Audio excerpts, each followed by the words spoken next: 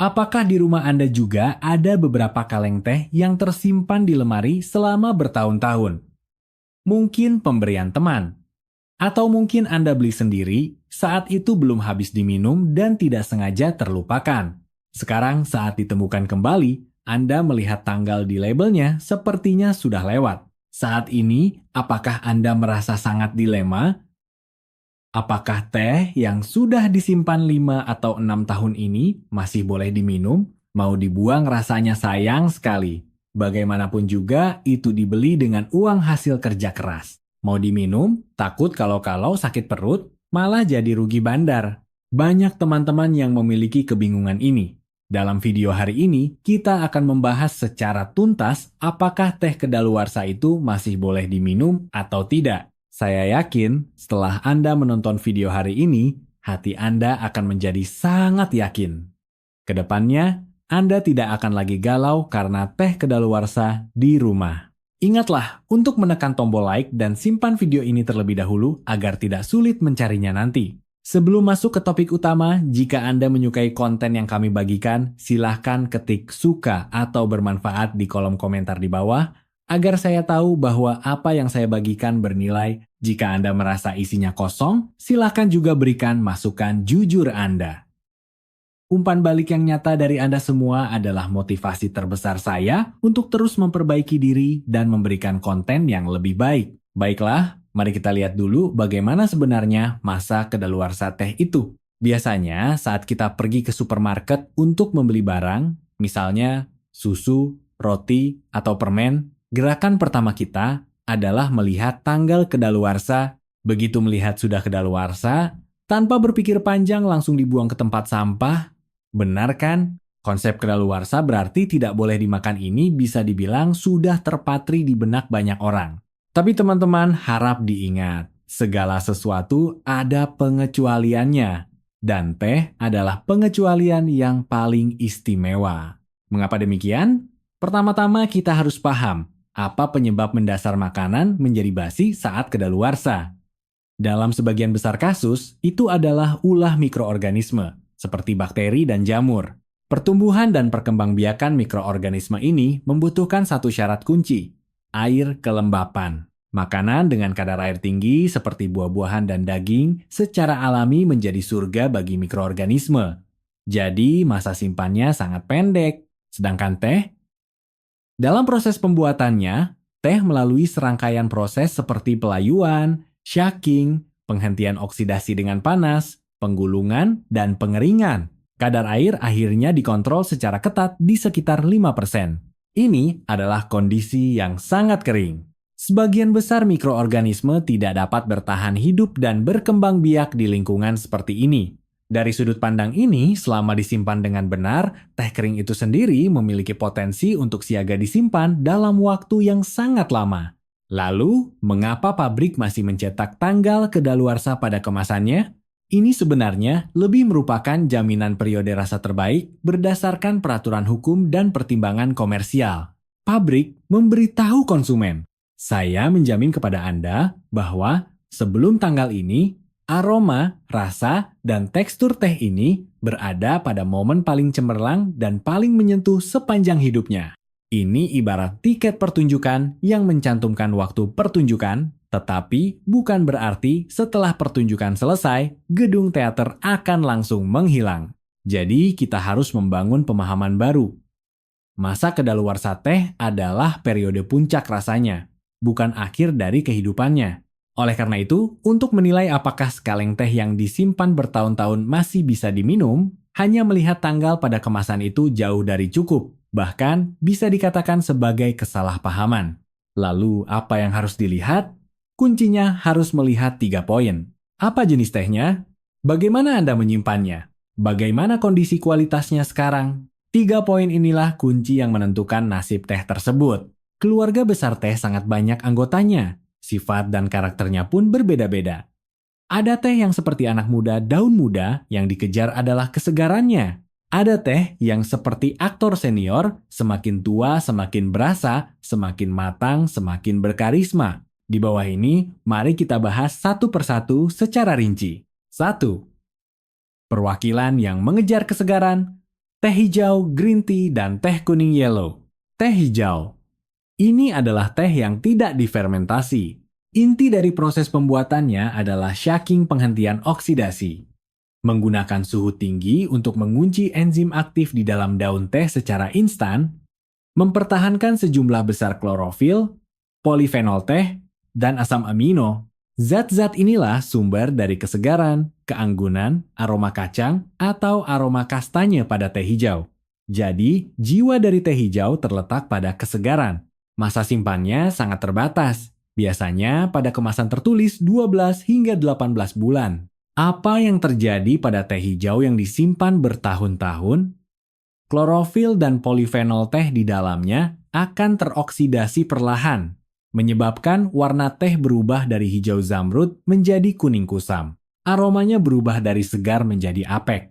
Rasa air tehnya juga akan kehilangan kesegaran yang menyegarkan hati, menjadi hambar, bahkan ada rasa basi. Jadi, untuk teh hijau yang lembut seperti Longjing, Biluochun, atau Sinyang Maujian, sikap kita seharusnya adalah nikmati saat ini, jangan disimpan lama. Disimpan di kulkas, disegel rapat, dan diminum secepatnya adalah penghormatan terbesar baginya. Teh kuning yellow. Ini adalah teh semi-fermentasi, fermentasi ringan. Dibandingkan teh hijau, ada satu proses tambahan, yaitu pemeraman menhuang. Rasanya lebih lembut, tetapi esensinya tetap mengejar kesegaran. Karena itu, ia juga tidak tahan disimpan lama. Masa simpannya mirip dengan teh hijau, umumnya sekitar 1 tahun. Jadi kesimpulannya adalah, jika teh kedaluarsa di rumah Anda adalah teh hijau atau teh kuning, maka sangat disayangkan perjalanan waktu mereka sudah berakhir. Meskipun tidak berjamur, mereka sudah lama mati rasa. Tidak disarankan untuk diminum lagi. R. Perwakilan yang stabil dan mantap, teh hitam dan teh oolong, teh hitam. Ini adalah teh fermentasi penuh. Dalam proses fermentasi, polifenol teh di dalam daun teroksidasi dan berpolimerisasi menghasilkan D-aflavin dan D-arubigin. Kedua zat ini tidak hanya menjadi sumber warna merah pada air teh dan daun teh hitam, tetapi juga mengubah karakter teh hitam dari segar menjadi manis dan lembut. Struktur kimia yang stabil ini membuat teh hitam lebih tahan simpan daripada teh hijau. Masa simpannya biasanya bisa mencapai 2 hingga 3 tahun. Teh hitam dalam masa simpan memiliki rasa yang penuh, aroma bunga buah, dan aroma madu yang kaya. Teh hitam yang sudah kedaluarsa asalkan tidak lembab biasanya tidak ada masalah keamanan. Tapi aromanya akan menjadi tidak begitu hidup, rasanya juga akan sedikit lebih tipis. Untuk teh hitam yang disimpan 5,6 tahun bisa digambarkan sebagai wanita cantik yang masih memiliki sisa pesona, tetapi sudah bukan di masa puncaknya. Teh oolong, ini adalah teh semi-fermentasi. Proses pembuatannya paling rumit bagaikan gadis 1000 wajah di antara teh. Oolong aroma ringan. Seperti Tie Guanyin tipe Qingxiang yang populer di pasaran. Tingkat fermentasinya rendah, mengejar rasa segar, dan aroma anggrek yang tinggi. Wataknya mirip dengan teh hijau, sebaiknya dihabiskan dalam 2 tahun. Jika disimpan lama, aromanya akan hilang. Oolong aroma pekat, panggang nongxiang, bei huo seperti teh Wui Rok Wuyancha, Da Hong Pao, atau Tie Guanyin tipe nongxiang tradisional. Mereka melalui proses kunci yaitu pemanggangan arang bei huo. Baptisan api ini tidak hanya menghilangkan kelebihan air dan rasa mentah pada daun teh, tetapi juga memicu reaksi Maillard yang ajaib, menciptakan aroma karamel dan aroma kacang yang memikat. Yang lebih penting, pemanggangan sangat meningkatkan stabilitas teh. Jadi jenis teh ini tidak hanya bisa disimpan 3,5 tahun, beberapa teh tua, Ageti atau Lao Tie Guanyin tua, yang berkualitas tinggi bahkan akan berubah menghasilkan rasa yang lebih lembut dan lebih tebal seiring waktu. Memiliki cita rasa tersendiri. Jadi kesimpulannya adalah, teh hitam dan oolong aroma ringan yang disimpan 5,6 tahun, nilai cicipnya tidak tinggi. Tapi, jika itu adalah oolong panggang berkualitas tinggi, asalkan penyimpanannya baik, tidak ada salahnya dicoba, mungkin akan ada kejutan. 3. Perwakilan yang semakin tua, semakin harum. Sekarang, mari kita berkenalan dengan orang bijak dan filsuf dalam keluarga teh. Bagi mereka, waktu adalah pesulap terbaik. Teh putih white, 1 tahun teh, 3 tahun obat, 7 tahun harta karun. Peribahasa kuno ini dengan tepat menggambarkan transformasi indah teh putih. Proses pembuatannya paling sederhana, hanya pelayuan dan pengeringan, termasuk fermentasi mikro mempertahankan enzim aktif yang melimpah. Justru enzim-enzim inilah yang dalam perjalanan waktu yang panjang menggerakkan zat-zat di dalam teh untuk melakukan fermentasi pasca panen post-fermentation yang lambat namun mendalam. Teh putih baru dalam 1 tahun. Seperti gadis remaja yang murni. Air teh berwarna kuning aprikot cerah, rasa segar, dengan aroma bulu halus peko yang manis dan aroma bunga yang samar. Teh putih berumur 3,5. Bagaikan pemuda yang sedang di puncak kejayaan, rasa mentah hilang. Air teh berubah menjadi kuning keemasan atau oranye. Aroma mulai muncul, wangi daun teratai, wangi beras ketan. Rasanya menjadi lebih halus dan manis lembut. Teh putih tua 7 tahun ke atas, bagaikan orang tua yang hangat dan lembut. Air teh sudah berwarna merah amber. Aroma tenang, aroma obat yang memikat, aroma kurma, bahkan aroma chen mulai muncul. Rasanya tebal dan penuh, hampir tidak ada rasa pahit dan sepat. Syaratnya adalah harus disimpan di lingkungan yang kering, terlindung dari cahaya, tertutup rapat, dan tidak berbau. Jika lembab dan berjamur, maka 7 tahun harta karun akan berubah menjadi 7 tahun rumput. Teh hitam dan teh puer. Mereka adalah perwakilan luar biasa dari teh pasca fermentasi, benar-benar barang antik yang bisa diminum. Teh puer, terutama puer mentah. Ia menggunakan daun besar Yunan sebagai bahan baku, tidak melalui fermentasi tumpukan, buatan. Di masa muda, ia seperti pemuda yang liar dan sulit diatur. Energi tehnya dominan, rasanya kuat, rasa pahit dan sepatnya jelas. Namun dalam proses penyimpanan yang panjang, melalui kontak lambat dengan oksigen dan mikroorganisme di udara, ia akan mengalami transformasi ajaib. Rasa pahit dan sepat perlahan menghilang. Warna air berubah dari kuning hijau menjadi oranye merah hingga merah delima. Aromanya juga berevolusi dari aroma segar dan buah, menjadi aroma centu, aroma kamper, dan aroma kayu yang memikat. Proses ini memakan waktu belasan tahun hingga puluhan tahun. Sedangkan puer matang SQ adalah fermentasi cepat buatan melalui teknik wodui. Membiarkannya mencapai rasa lembut mirip puer mentah tua hanya dalam waktu puluhan hari. Sifat tehnya hangat. Penyimpanan puer matang lebih bertujuan agar bau tumpukan duei saat baru keluar pabrik hilang dan rasanya menjadi lebih murni dan halus. Teh hitam, seperti teh hitam Anhua dari Hunan atau teh Liu Bao dari Guangxi, juga merupakan teh pasca fermentasi. Di antaranya, teh fuzuan dalam teh hitam Anhua memiliki tanda yang sangat unik, bunga emas. Butiran kuning emas ini, nama ilmiahnya Eurotium cristatum, sejenis probiotik yang bermanfaat bagi tubuh manusia.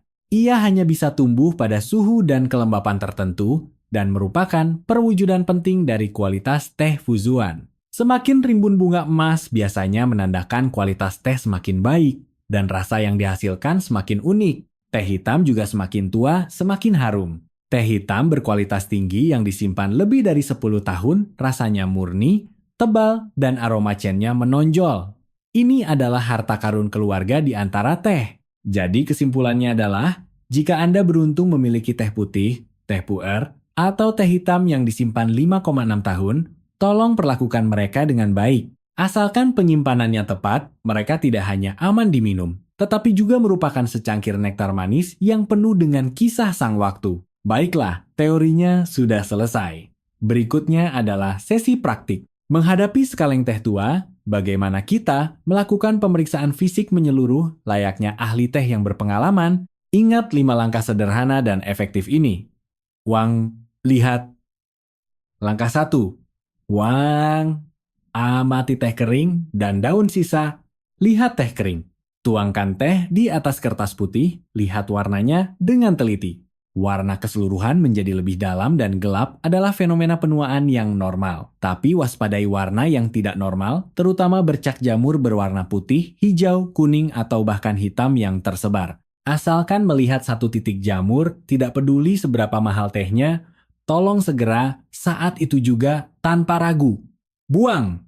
Lihat daun sisa. Setelah diseduh, Amati bentuk daun teh. Daun teh tua yang normal, meskipun kehilangan kesegarannya, seharusnya masih mempertahankan keutuhan dan elastisitas tertentu. Jika daun teh hancur menjadi serpihan begitu disentuh, atau menjadi seperti lumpur busuk tanpa vitalitas, itu berarti kualitas teh sudah rusak parah atau busuk. Langkah 2. Wencium. Identifikasi bau teh. Pegang teh kering di telapak tangan, hembuskan napas panas ke arahnya, lalu dekatkan hidung untuk mencium. Teh tua yang baik akan memiliki aroma tua, cenxiang yang unik, mungkin aroma obat, aroma kayu, aroma kurma, aroma cendol. Meskipun pekat, pastilah bersih, murni, dan menyenangkan.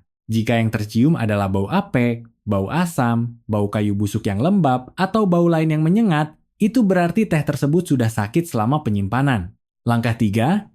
Curaba, rasakan tekstur daun. Ambil sejumput kecil teh dengan jari. Teh yang tersimpan dengan baik pasti kering dan renyah. Dipilin dengan jari akan hancur menjadi bubuk dengan suara renyah. Jika saat dipilin terasa lembek, lengket, alot, tidak hancur, atau bahkan terasa agak berat, itu berarti sudah parah terkena lembab. Kelembapan adalah sumber segala kejahatan. Itu adalah pendahuluan dari jamur. Langkah 4. Guan amati, periksa warna dan kejernihan air teh. Jika 3 langkah pertama lulus dengan mulus, boleh coba diseduh. Warna air teh tua menjadi lebih gelap adalah hukum alam. Teh hijau jadi kuning, teh putih jadi merah. Itu normal. Tapi kuncinya, lihat 2 hal. Kecerahan dan kejernihan. Secangkir air teh yang sehat, tidak peduli warnanya dalam atau dangkal, haruslah jernih, tembus pandang, dan berkilau seperti minyak, seolah-olah batu permata yang transparan. Jika air teh keruh, suram tanpa cahaya, dan banyak benda asing melayang, maka dunia internal teh ini pasti sudah kacau balau. Langkah 5. Pin cicip, rasakan rasa dan sensasi tubuh. Ini adalah langkah terakhir dan paling krusial. Minumlah seteguk kecil dengan hati-hati. Biarkan air teh berhenti beberapa detik di mulut. Cicipi rasa, utamanya menilai apakah ada bau aneh. Rasa terkunci di tenggorokan setelah ditelan tenggorokan terasa tersumbat atau tidak nyaman. Lidah terasa baal, kesemutan, rasa asam, rasa apek. Ini semua adalah sinyal kerusakan yang jelas. Rasakan tekstur. Jika tidak ada bau aneh, rasakan teksturnya. Teh tua yang baik seharusnya halus, tebal, dan penuh. Diminum terasa sangat nyaman dan seringkali disertai rasa manis yang kembali dan sensasi di tenggorokan Hoyun yang tahan lama. Sebaliknya, jika diminum rasanya hambar, seperti air, kami menyebutnya rasa air berat, atau teksturnya kasar tanpa lapisan rasa, itu adalah kondisi yang sering kita sebut bisa diminum tapi tidak enak. Minum teh adalah kenikmatan. Jika kehilangan keindahan ini, maka hilanglah makna meminumnya. Setelah tahu cara menilai baik buruknya teh, kita juga harus tahu bagaimana cara minum yang paling sehat, terutama bagi teman-teman parubaya dan lansia. Fungsi tubuh tidak sama dengan anak muda. Memilih teh yang tepat dan meminumnya dengan benar baru bisa benar-benar bermanfaat. 1. Pilih teh sesuai kondisi tubuh. Jika Anda sering merasa mulut kering, mudah panas dalam, ini adalah konstitusi panas. Bisa minum teh putih baru, teh hijau, atau puer mentah tahun muda secukupnya untuk membantu membersihkan panas. Tapi ingat, teh ini punya sedikit iritasi pada lambung. Teman-teman yang lambungnya dingin atau punya sakit maag harus berhati-hati dan jangan pernah minum saat perut kosong. Jika Anda sering merasa tangan dan kaki dingin, lambung dingin, limpa dan lambung lemah, maka teh yang sifatnya hangat seperti teh hitam, puer matang, teh hitam tua dark, dan teh putih tua akan menjadi pilihan yang ramah bagi Anda. Mereka bisa menghangatkan lambung dan mengusir dingin. Sangat cocok diminum setelah makan untuk membantu pencernaan. Jika konstitusi tubuh Anda relatif seimbang, maka jangkauan pilihannya paling luas. Teh oolong, jenis teh netral yang tidak dingin dan tidak panas ini, sangat cocok. Terakhir, tentang minum teh, ada 4 poin peringatan khusus yang ingin saya ingatkan kepada teman-teman. Poin 1, bersikeras tidak minum teh pekat. Teh memang bagus, tapi kalau berlebihan tidak baik. Kafein dan tanin konsentrasi tinggi dalam teh pekat akan merangsang saraf secara berlebihan, memperberat beban jantung dan ginjal, serta dapat memengaruhi penyerapan kalsium. Ini sangat tidak menguntungkan bagi lansia yang berisiko osteoporosis. Teh encer diminum hangat, mengalir lembut, itulah jalan pemeliharaan kesehatan. Poin 2. Bersikeras tidak minum teh panas. Organisasi Kesehatan Dunia telah secara jelas mengklasifikasikan minuman panas di atas 65 derajat Celcius sebagai karsinogen golongan 2A. Selaput lendir kerongkongan kita sangat lembut. Terbakar dalam jangka panjang, diperbaiki, terbakar lagi, diperbaiki lagi, akan meningkatkan risiko penyakit. Setelah teh diseduh, tunggulah sampai hangat dan tidak membakar mulut baru diminum. Ini adalah perlindungan paling lembut untuk diri kita sendiri. Poin 3. Hati-hati selama minum obat. Komponen seperti asam tanat dalam teh dapat bereaksi dengan berbagai jenis obat dan mengurangi khasiat obat. Misalnya, memengaruhi penyerapan zat besi, atau mengurangi efek obat tidur dan obat penurun darah tinggi tertentu. Jika Anda sedang minum obat, cara paling aman adalah berkonsultasi dengan dokter, atau setidaknya beri jeda waktu lebih dari 2 jam antara minum obat dan minum teh. Poin 4, jangan minum teh 4 jam sebelum tidur.